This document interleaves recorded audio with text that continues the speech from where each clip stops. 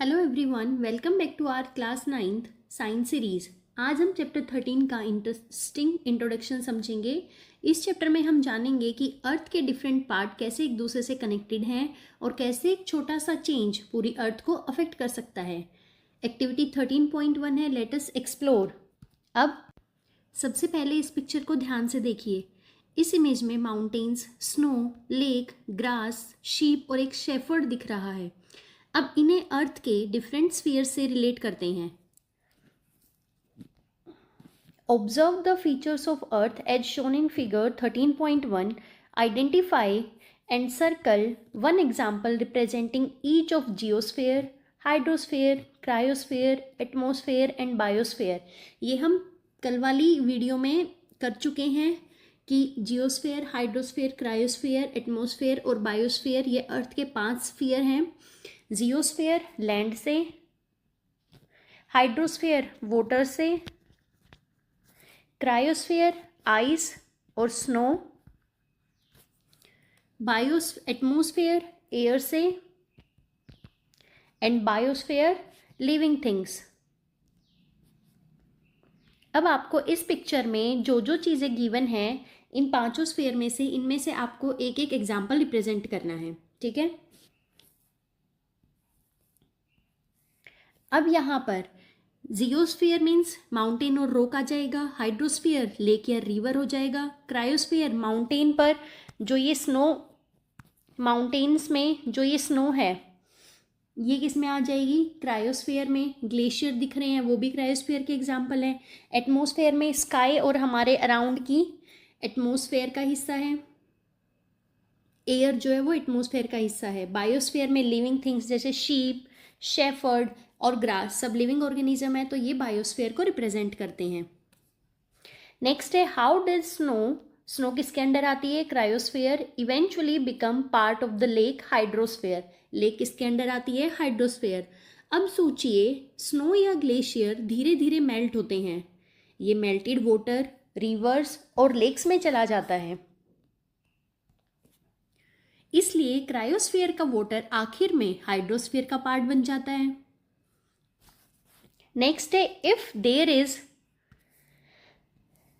Less snowfall during winters for a few years. ये कह रहा है कि अगर मान लीजिए कुछ सालों तक स्नोफॉल कम हो जाए तो क्या होगा, स्नो कम होगी इसलिए समर में लेक में पानी भी कम होगा, लेक में पानी कम होगा तो ग्रास भी क्या होगी, कम ग्रो होगी।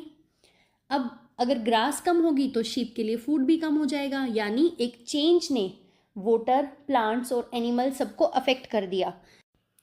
तो इससे हमें क्या समझ आता है कि अर्थ के सभी स्फीयर्स एक दूसरे से कनेक्टेड हैं। अगर एक स्फीयर में डिस्टरबेंस होता है तो बाकी स्फीयर भी उसका अफेक्ट फील करते हैं।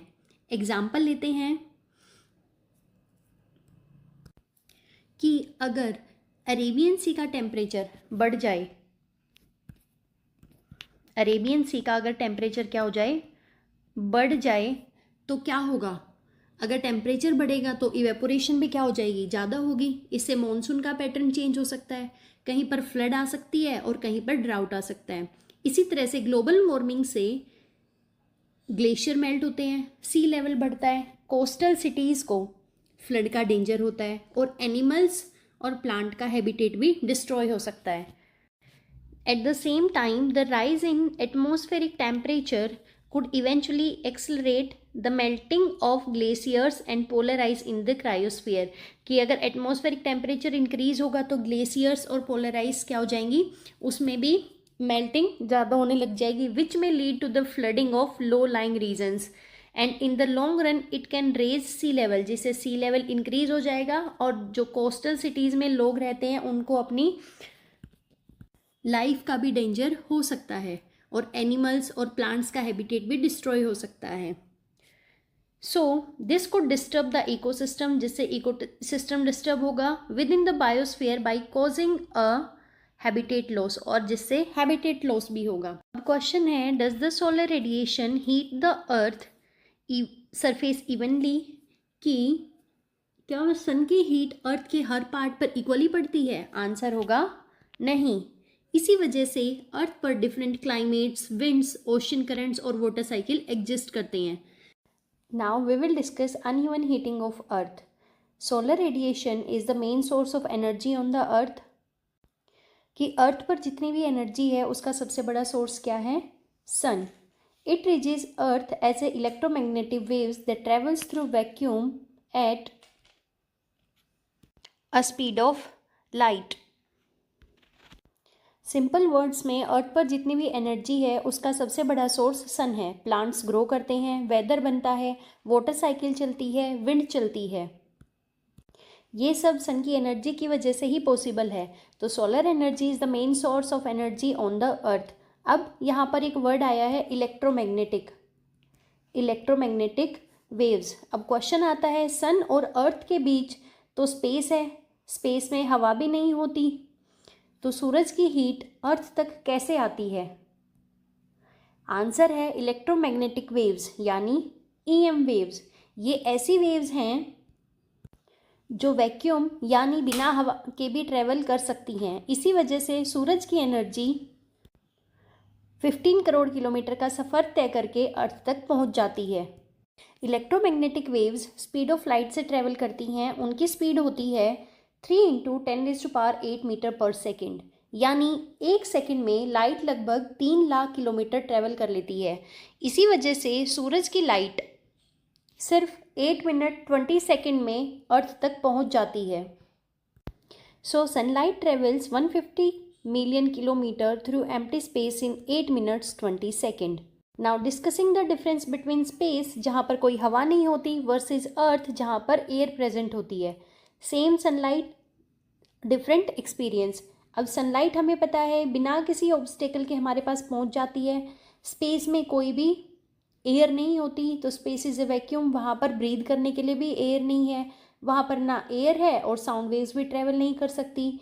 ना हवा है, ना ही बादल, ना बारिश. स्काई हमेशा वहाँ पर क्लियर रहता है. No atmosphere means no scattering of light.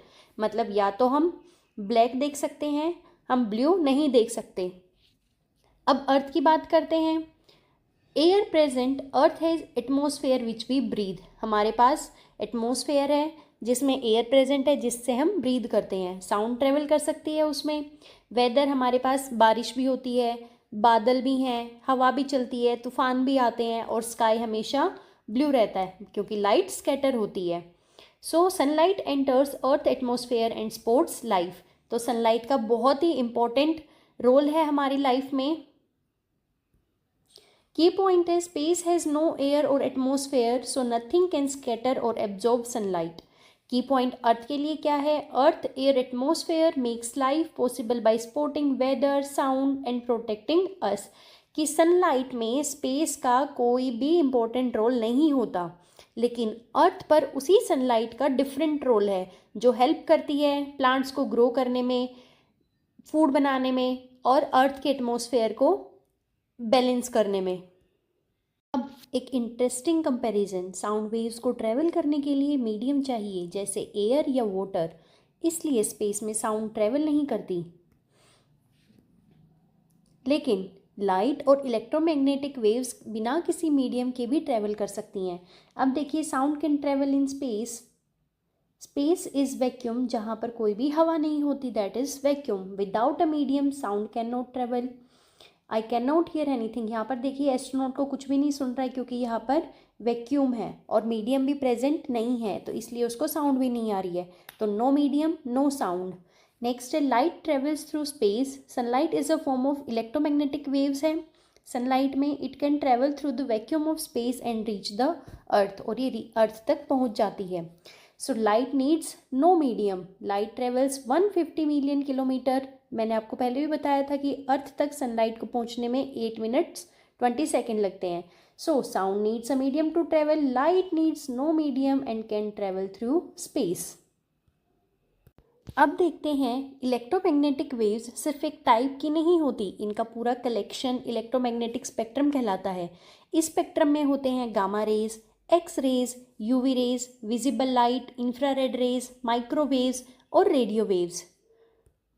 जो गामा रेज होती हैं वो हाई एनर्जी की होती हैं और बहुत डेंजरस होती हैं. X rays very high energy और हम बॉडी को एक्सरे कराने के लिए जब लेके जाते हैं तो उसमें एक्स रेज यूज होती हैं। यूवी रेज सनबर्न कोज करती हैं और पार्शली ब्लॉक हो जाती हैं ओजोन लेयर से। Visible light, the light we can see that is important for our life. Infrared rays we feel this as heat warms the earth. जब गर्मी होती है, microwaves used in oven, phones, WiFi. Radio waves, lowest energy used in radio, TV and communication. अब हम बात करेंगे frequency और wavelength की। ओके, सबसे पहले आप इमेजिन कीजिए कि आपने एक रोप को हिलाया और उसमें वेव्स बनने लगी।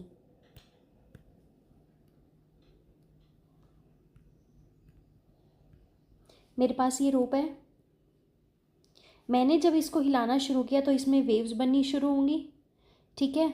तो जब इसमें वेव्स बननी शुरू हुई तो हर वेव के दो टॉप पॉइंट, मान लीजिए आपके पास एक रोप है, आपने इसको क्या किया, हिलाना शुरू किया तो उसमें वेव्स बनने लगेंगी। अब जब हिलाया तो इसमें वेव बनी।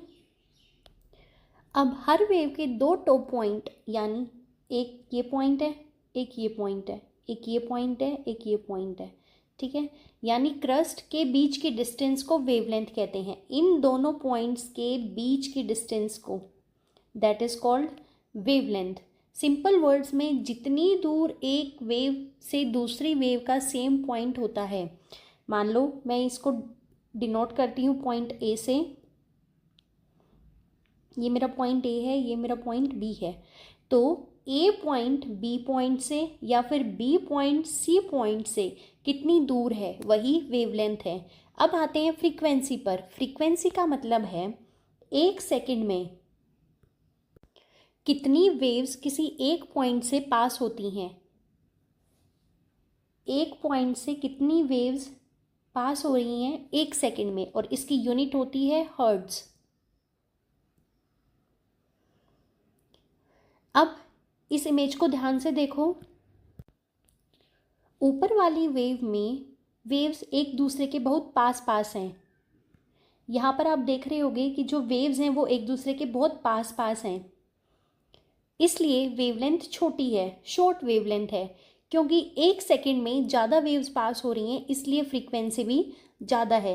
हाई फ्रीक्वेंसी वेव्स के पास एनर्जी भी ज़्यादा होती है, ठीक है। अब नीचे वाली वेव देखो, अब नीचे वाली में एक दूसरे से काफ़ी दूर दूर हैं वेव्स, ये वेव्स एक दूसरे से काफ़ी दूर दूर हैं, ठीक है, इसलिए वेवलेंथ भी क्या है, बड़ी है। और एक सेकंड में कम वेव पास हो रही हैं तो फ्रीक्वेंसी कम है, तो लो फ्रीक्वेंसी वेव्स के पास एनर्जी भी कम होती है। इसी प्रिंसिपल पर इलेक्ट्रोमैग्नेटिक स्पेक्ट्रम भी काम करता है। जबकि रेडियो वेव्स की वेवलेंथ बहुत लंबी होती है, इसलिए उनकी फ्रीक्वेंसी एनर्जी भी सबसे कम होती है। अब फैक्ट क्या है, अगर हम एफएम रेडियो और वाईफाई सिग्नल्स को हम अपनी आँखों से देख पाते तो हमारे आसपास हर वक्त लाखों इनविजिबल वेव्स एक साथ ट्रैवल कर रही होती। लेकिन क्योंकि ये इलेक्ट्रोमैग्नेटिक वेव्स हैं, हम उन्हें देख या महसूस नहीं कर सकते।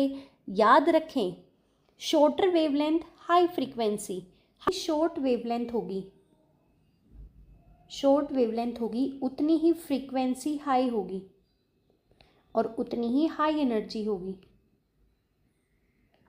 ठीक है। ऐसे ही जितनी लॉन्ग वेवलेंथ होगी तो फ्रीक्वेंसी उतनी ही कम होगी और एनर्जी भी लो रहेगी, ठीक है। अब शॉर्टर वेवलेंथ, हाई फ्रीक्वेंसी और हाई एनर्जी का एग्जांपल है गामा रेज। जो गामा रेज होती हैं और एक्स रेज, उनकी जो फ्रीक्वेंसी होती है वो बहुत ही हाई होती है और एनर्जी भी हाई होती है, क्योंकि उनकी वेवलेंथ क्या होती है, बहुत ही शॉर्ट होती है। जबकि जो रेडियो वेव्स हैं उनकी वेवलेंथ क्या होती है, ज़्यादा होती है, इसलिए उनकी फ्रीक्वेंसी और एनर्जी सबसे कम होती है। तो एक साइड होती है हाई फ्रीक्वेंसी और दूसरी साइड होती है शॉर्ट फ्रीक्वेंसी। यहाँ गामा रेज और एक्स रेज आती हैं। दूसरी साइड होती है लो फ्रीक्वेंसी की और लॉन्ग वेवलेंथ की। अब एक साइड है हाई फ्रीक्वेंसी और शॉर्टर वेवलेंथ, यहाँ पर गामा रेज और एक्स रेज हैं। राइट साइड में आप देख पा रहे होगे अल्ट्रा वायलेट, एक्स रेज और गामा रेज। और दूसरी साइड लो फ्रीक्वेंसी और लॉन्ग वेवलेंथ। यहाँ पर रेडियो वेव्स, माइक्रोवेव्स और इंफ्रारेड रेडिएशंस होती हैं। कौन सी रेज अर्थ तक आती हैं? अब इम्पोर्टेंट पॉइंट, सन बहुत सारी रेज भेजता है हमारे पास, लेकिन अर्थ तक मेनली 3 टाइप की रेडिएशन ही पहुँचती हैं। वो कौन कौन सी हैं? अल्ट्रावायलेट, उसके बाद विजिबल लाइट, उसके बाद इंफ्रारेड रेज। और सन की लगभग 99% एनर्जी इन्हीं 3 फॉर्म्स में होती है, अल्ट्रावायलेट, विजिबल, इंफ्रारेड। अब हम इनको एक एक करके डिस्कस करते हैं। सबसे पहले हम बात करते हैं अल्ट्रावायलेट रेज की। सबसे पहले हम बात करेंगे अल्ट्रावायलेट रेज की। ये बहुत हाई एनर्जी रेज होती हैं। अच्छी बात ये है कि ये अर्थ की ओजोन लेयर, इनमें से ज़्यादातर हार्मफुल यूवी रेज को एब्जॉर्व कर लेती है, इसी वजह से लाइफ सेफ रहती है। नेक्स्ट बात करते हैं हम विजिबल लाइट की। विजिबल लाइट, अब बात करते हैं हम विजिबल लाइट। विजिबल लाइट वही लाइट है जिससे हम अपनी आईज से देख सकते हैं। ये प्लांट्स को फोटोसिंथेसिस के लिए एनर्जी देती हैं और इसी प्रोसेस से प्लांट्स अपना फूड बनाते हैं, और वही फूड इनडायरेक्टली सभी लिविंग ऑर्गेनिज्म तक पहुंचता है। अब नेक्स्ट है इंफ्रारेड रेज। इंफ्रारेड रेज को हीट रेज भी कहते हैं। हीट रेज, क्वेश्चन आए एग्जाम में, हीट रेज कौन से रेज को बोला जाता है? आंसर होगा इंफ्रारेड। ये अर्थ की लैंड और वाटर को वार्म रखती हैं। फिर अर्थ ये हीट एटमॉस्फेयर में रिलीज करती है, जिससे ग्रीन हाउस गैस जो कार्बन डाइऑक्साइड, मीथेन और वाटर वेपर, इस हीट का कुछ पार्ट ट्रैप कर लेती है। यूवी रेज की वेवलेंथ होती है 100 नैनोमीटर से 400 नैनोमीटर, और 1 नैनोमीटर होता है 10⁻⁹ metre, and have a much higher energy than the visible light. तो अगर हम बहुत देर तक डायरेक्ट यूवी रेज के कांटेक्ट में रहें तो हमारी स्किन, हमारी आईज डैमेज हो सकती है और स्किन कैंसर का भी रिस्क बढ़ सकता है। इसलिए people use to use UV protective glass और सनस्क्रीन। इसलिए हम सनस्क्रीन और यूवी प्रोटेक्शन ग्लासेस का यूज़ करते हैं। अब यूजेस क्या हैं यूवी रेज के? लेकिन यूवी रेज सिर्फ हार्मफुल ही नहीं होती, इसका यूज़ क्या है? They are uses in water purifier to kill the germs, और फ्लोरोसेंट लाइट में भी इसका यूज़ किया जाता है। The amount of sun radiation that reaches the earth surface is called insolation. अब एक नया वर्ड है इंसोलेशन। इंसोलेशन का मतलब होता है सन की जितनी एनर्जी अर्थ की सरफेस तक पहुंचती है, जिससे अर्थ वार्म रहती है। It is responsible for warming the earth surface and its atmosphere. The average amount of solar energy received per unit time, per unit area, that is perpendicular to the sun rays at the top of earth atmosphere is called solar constant. अब हमारे पास एक नया term आया है, that is solar constant. इसका मतलब है atmosphere के टॉप पर सन की एवरेज एनर्जी जो हर सेकंड 1 मीटर स्क्वायर एरिया पर रिसीव होती है, इसकी वैल्यू होती है लगभग 1.4 किलोवाट पर स्क्वायर मीटर। लेकिन एटमॉस्फेयर में क्लाउड्स, डस्ट और एयर में गैसेस एनर्जी का कुछ पार्ट एब्जॉर्ब और स्कैटर कर देते हैं, इसलिए अर्थ की सरफेस तक थोड़ी कम एनर्जी पहुंचती है। इंडिया में सोलर एनर्जी और इंडियन ट्रॉपिकल रीजन्स में है, इसलिए यहाँ पूरे साल अच्छी सनलाइट मिलती है। इसी वजह से सोलर पैनल्स लगाने के लिए इंडिया एक बहुत अच्छा कंट्री माना जाता है। सोलर एनर्जी क्लीन भी है और रिन्यूएबल भी है, मतलब हम उसको रीजनरेट कर सकते हैं। So sun emits a huge amount of energy in all direction. When sunlight reaches earth, it spreads over a large area. Energy falling कितना होगा? 1 meter square. That is called solar irradiance. On a clear sunny days, about 1000 watt of solar power falls on 1 meter square area.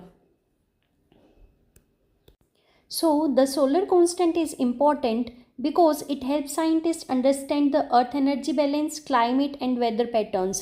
ये climate को और weather pattern को अच्छे से समझने में हेल्प करता है. However, some of this energy is absorbed and scattered by gases, clouds and dust particles से ये absorb की जाती है. So as a result, the maximum insolation reaching the earth's surface is lower than the solar constant and is about 1 kilowatt per square meter under clear sky condition.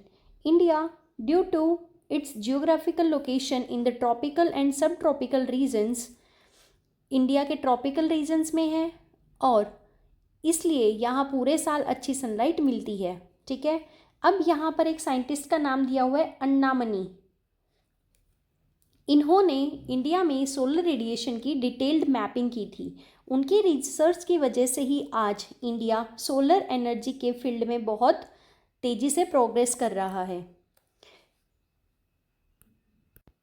आगे question है, अगर 1 square metre area पर 1 kilowatt per square metre का insolation हो तो 1 घंटे में, अब एग्जाम्पल 13.1 डिस्कस करते हैं. How much solar energy will be received by 1 metre square area in 1 hour if the insolation on the surface of earth were 1 kilowatt per square metre. ये कह रहा है अगर 1 मीटर स्क्वायर के एरिया पर 1 kilowatt पर मीटर स्क्वायर की insolation हो तो 1 घंटे में कितनी एनर्जी मिलेगी. तो हमारे पास फॉर्मूला होता है एनर्जी का, energy is equal to intensity multiply area multiply time. तो हम इंटेंसिटी हमारे पास कितनी दे रखी है, 1 किलोवाट पर मीटर स्क्वायर. अब इसको हम जूल में कन्वर्ट करेंगे तो 1 मल्टीप्लाई 1000 जूल हो जाएगा. एरिया हमारे पास 1 मीटर स्क्वायर है एंड 1 आवर है तो हम इसको सेकंड में कन्वर्ट करेंगे तो 3600 सेकंड आ जाएगा. तो आंसर आएगा हमारे पास 3.6 इंटू 10⁶ जूल. इसका मतलब क्या है, इतनी एनर्जी लगभग 5 किलोग्राम आइस को मेल्ट करने और उस पानी को 100 डिग्री सेल्सियस तक हीट करने के लिए काफ़ी होती है. नेक्स्ट है थिंक एज अ साइंटिस्ट. अब बुक आपसे एक साइंटिस्ट की तरह सोचने को कहती है. इमेजिन करो अगर थार डेजर्ट, अब एग्जाम्पल 13.1 डिस्कस करते हैं. How much solar energy will be received by 1 metre square area in 1 hour if the insolation on the surface of earth were 1 kilowatt per square metre. ये कह रहा है अगर 1 मीटर स्क्वायर के area पर 1 kilowatt पर मीटर स्क्वायर की insolation हो तो 1 घंटे में कितनी एनर्जी मिलेगी. तो हमारे पास फॉर्मूला होता है एनर्जी का, energy is equal to intensity multiply area multiply time. तो हम इंटेंसिटी हमारे पास कितनी दे रखी है, 1 किलोवाट पर मीटर स्क्वायर. अब इसको हम जूल में कन्वर्ट करेंगे तो 1 मल्टीप्लाई 1000 जूल हो जाएगा. एरिया हमारे पास 1 मीटर स्क्वायर है एंड 1 आवर है तो हम इसको सेकंड में कन्वर्ट करेंगे तो 3600 सेकंड आ जाएगा. तो आंसर आएगा हमारे पास 3.6 इंटू 10⁶ जूल. इसका मतलब क्या है, इतनी एनर्जी लगभग 5 किलोग्राम आइस को मेल्ट करने और उस पानी को 100 डिग्री सेल्सियस तक हीट करने के लिए काफ़ी होती है. अब इमेजिन करो अगर थार डेजर्ट के सिर्फ एक छोटे से एरिया में बहुत सारे सोलर पैनल लगा दिए जाएं तो वहाँ इंडिया की इलेक्ट्रिसिटी की बहुत बड़ी डिमांड को पूरा कर सकता है. इसी वजह से फ्यूचर रिन्यूएबल एनर्जी का है. अब हर सेकंड सन इतनी एनर्जी रिलीज़ करता है कि अगर उस एनर्जी का सिर्फ एक बहुत छोटा सा हिस्सा अर्थ तक एफिशिएंटली यूज़ किया जाए तो पूरी दुनिया की इलेक्ट्रिसिटी की ज़रूरत आसानी से पूरी की जा सकती है ना. अमेजिंग. अगर वीडियो हेल्पफुल लगी हो तो चैनल को सब्सक्राइब करना ना भूलें. मिलते हैं वीडियो के नेक्स्ट पार्ट में. Till then keep learning, keep growing.